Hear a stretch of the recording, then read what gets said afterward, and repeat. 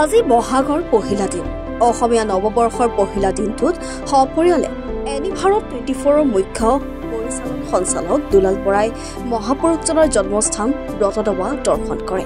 সমগ্ৰ অসমীয়াৰ মংগল তথা সুখ শান্তিৰ বাবে ভগৱানৰ শ্ৰীচৰণত সেৱা আগবঢ়াই সপৰিয়ালে এনি ভাৰত 24ৰ মুখ্য পৰিচালন সঞ্চালক দুলাল বৰাই। আজি মই এজন অসমীয়া হিচাপে গৌৰৱান্বিত, কাৰণ আমাৰ গুৰুজনাৰ জন্মস্থানত আহি উপস্থিত হৈছোঁ।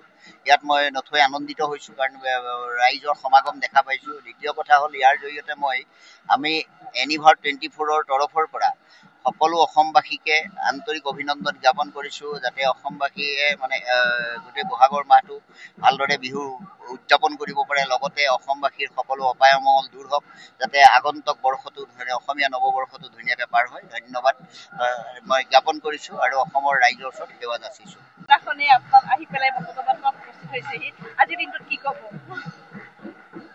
মই এনি ভাৰতৰ যোগেদি এনি ভাৰত 24ৰ যোগেদি আমাৰ পৰিয়ালটোৰ লগতে গোটেই অসমবাসীয়ে ভাল হোৱাটো বিচাৰিছোঁ আৰু গোটেইখিনিৰ কাৰণে সেৱা এভাগ কৰি যাওঁ বুলি ভাবিছোঁ।